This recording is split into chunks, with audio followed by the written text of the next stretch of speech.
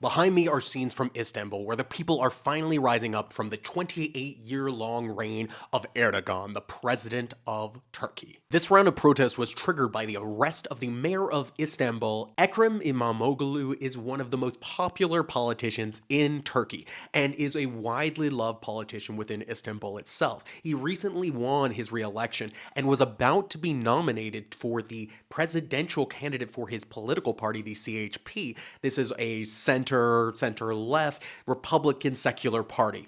Turkish politics is quite complicated, but understand this as the sister party to the SPD and Labour. These protests that began in Istanbul but have spread across the country are the largest threat to Erdogan's power in years, and the largest civil disobedience we've seen this decade. So last week, the mayor decided to have his wife record him getting ready to turn himself over to the police, and he has remained in custody since. The government has also stripped him of his university degrees, making it so he would be ineligible to run for president against Erdogan.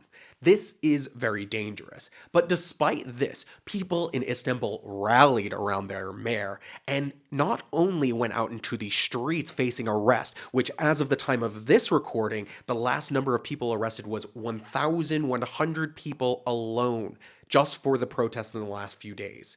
But further, we have to understand that his party, the CHP, was in the middle of their presidential primary to pick their next candidate. And they decided, instead of making this just a closed party primary where the party members picked who it was, they opened it up for the whole country.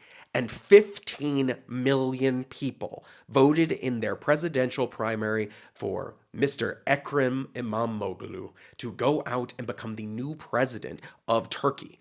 This should have put the fear of God into Mr. Erdogan. For most of my life, and yours probably, there has been one leader of Turkey, and it's been Erdogan. And we have watched him do massive purges of tens of thousands in every single field, whether it is the court system and the judiciary or academia that he has spent years of purging and placing his loyalists in positions of power.